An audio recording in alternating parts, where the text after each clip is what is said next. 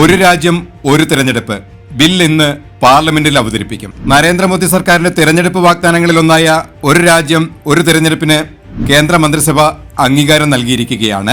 170-ാം നിയമ കമ്മീഷൻ റിപ്പോർട്ടിന്റെ അടിസ്ഥാനത്തിൽ ലോക്സഭ, നിയമസഭ, തദ്ദേശ തെരഞ്ഞെടുപ്പുകളെല്ലാം ഒരുമിച്ച് നടത്തിക്കൊണ്ട് ചെലവ് കുറയ്ക്കാനുള്ള നീക്കമായാണ് കേന്ദ്ര സർക്കാർ ഇതിനെ കാണുന്നത്.